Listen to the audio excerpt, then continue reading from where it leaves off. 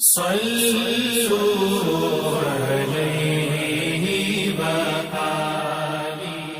بخاری حدیث نمبر 361۔ ہم سے یحییٰ بن صالح نے بیان کیا، کہا ہم سے فلیح بن سلیمان نے، وہ سعید بن حارث سے، کہا ہم نے جابر بن عبداللہ سے ایک کپڑے میں نماز پڑھنے کے بارے میں پوچھا، تو آپ نے فرمایا کہ میں نبی کریم صلی اللہ علیہ وسلم کے ساتھ ایک سفر غزوہ بوات میں گیا، ایک رات میں کسی ضرورت کی وجہ سے آپ کے پاس آیا، میں نے دیکھا کہ آپ صلی اللہ علیہ وسلم نماز میں مشغول ہیں۔ اس وقت میرے بدن پر صرف ایک ہی کپڑا تھا، اس لیے میں نے اسے لپیٹ لیا اور آپ کے بازو میں ہو کر میں بھی نماز میں شریک ہو گیا۔ جب آپ نماز سے فارغ ہوئے تو دریافت فرمایا، جابر اس رات کے وقت کیسے آئے؟ میں نے آپ صلی اللہ علیہ وسلم سے اپنی ضرورت کے متعلق کہا۔ جب میں فارغ ہو گیا تو آپ نے پوچھا کہ یہ تم نے کیا لپیٹ رکھا تھا جسے میں نے دیکھا؟ میں نے عرض کی کہ ایک ہی کپڑا تھا، اس طرح نہ لپیٹتا تو کیا کرتا؟ آپ صلی اللہ علیہ وسلم نے فرمایا کہ اگر وہ کشادہ ہو تو اسے اچھی طرح لپیٹ لیا کر، اور اگر تنگ ہو تو اس کو تہبند کے طور پر باندھ لیا کر۔ صحیح بخاری حدیث نمبر 362۔ ابو حازم سلمہ بن دینار نے بیان کیا سہل بن سعد سعدی سے، انہوں نے کہا کہ کئی آدمی نبی کریم صلی اللہ علیہ وسلم کے ساتھ بچوں کی طرح اپنی گردنوں پر ازاریں باندھے ہوئے نماز پڑھتے تھے،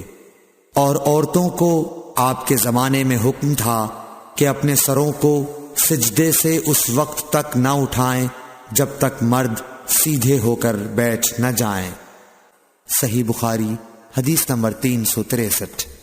مسروق بن اجدہ نے مغیرہ بن شعبہ سے فرمایا کہ میں نبی کریم صلی اللہ علیہ وسلم کے ساتھ ایک سفر غزوہ تبوک میں تھا، آپ نے ایک موقع پر فرمایا، مغیرہ پانی کی چھاگل اٹھا لے، میں نے اسے اٹھا لیا، پھر رسول اللہ صلی اللہ علیہ وسلم چلے اور میری نظروں سے چھپ گئے، آپ نے قضاء حاجت کی، اس وقت آپ شامی جبہ پہنے ہوئے تھے، آپ ہاتھ کھولنے کے لیے آستین اوپر چڑھانی چاہتے تھے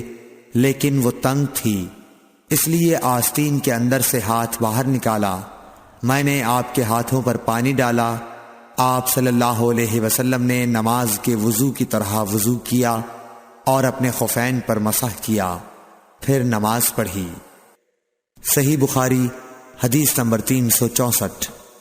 عمرو بن دینار نے جابر بن عبداللہ انصاری رضی اللہ تعالی عنہ سے سنا، وہ بیان کرتے تھے کہ رسول اللہ صلی اللہ علیہ وسلم نبوت سے پہلے کعبے کے لیے قریش کے ساتھ پتھر ڈھو رہے تھے، اس وقت آپ تہبند باندھے ہوئے تھے، آپ صلی اللہ علیہ وسلم کے چچا عباس نے کہا کہ بھتیجے کیوں نہیں تم تہبند کھول لیتے اور اسے پتھر کے نیچے اپنے کاندھے پر رکھ لیتے تاکہ تم پر آسانی ہو جائے۔ حضرت جابر نے کہا کہ آپ صلی اللہ علیہ وسلم نے تہبند کھول لیا اور کاندھے پر رکھ لیا، اسی وقت غشی کھا کر گر پڑے، اس کے بعد آپ صلی اللہ علیہ وسلم کبھی ننگے نہیں دیکھے گئے۔ صحیح بخاری حدیث نمبر 365۔ حضرت ابو ہریرہ رضی اللہ تعالی عنہ نے فرمایا کہ ایک شخص نبی صلی اللہ علیہ وسلم کے سامنے کھڑا ہوا اور اس نے صرف ایک کپڑا پہن کر نماز پڑھنے کے بارے میں سوال کیا، آپ صلی اللہ علیہ وسلم نے فرمایا کہ کیا تم سبھی لوگوں کے پاس 2 کپڑے ہو سکتے ہیں؟ پھر یہی مسئلہ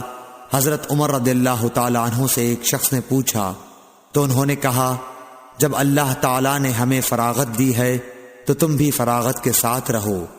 آدمی کو چاہیے کہ نماز میں اپنے کپڑے اکٹھا کر لے، کوئی آدمی تہبند اور چادر میں نماز پڑھے، کوئی تہبند اور قمیص، کوئی تہبند اور قبا میں، کوئی پاجامہ اور چادر میں، کوئی پاجامہ اور قمیص میں، کوئی پاجامہ اور قبا میں، کوئی جانگھیا اور قبا میں، کوئی جانگھیا اور قمیص میں نماز پڑھے۔ ابو ہریرہ رضی اللہ تعالی عنہ نے کہا کہ مجھے یاد آتا ہے کہ آپ نے یہ بھی کہا کہ کوئی جانگیا اور چادر میں نماز پڑھے۔ صحیح بخاری حدیث نمبر 366۔ ابن عمر رضی اللہ تعالی عنہ نے فرمایا کہ رسول اللہ صلی اللہ علیہ وسلم سے ایک آدمی نے پوچھا کہ احرام باندھنے والے کو کیا پہننا چاہیے، تو آپ نے فرمایا کہ نہ قمیص پہنے، نہ پاجامہ، نہ باران کوٹ، اور نہ ایسا کپڑا جس میں زعفران لگا ہوا ہو، اور نہ ورس لگا ہوا کپڑا۔ پھر اگر کسی شخص کو جوتیاں نہ ملیں جن میں پاؤں کھلا رہتا ہو، وہ موزے کاٹ کر پہن لے تاکہ وہ ٹخنوں سے نیچے ہو جائیں۔ اور ابن ابی ذئب نے اس حدیث کو نافع سے بھی روایت کیا، انہوں نے ایسا ہی حضرت صلی اللہ علیہ وسلم سے بھی روایت کیا ہے۔ صحیح بخاری حدیث نمبر 367۔ عبید اللہ بن عبداللہ بن عتبہ نے ابو سعید خدری سے روایت کیا ہے کہ نبی کریم صلی اللہ علیہ وسلم نے سما کی طرح کپڑا بدن پر لپیٹ لینے سے منع فرمایا،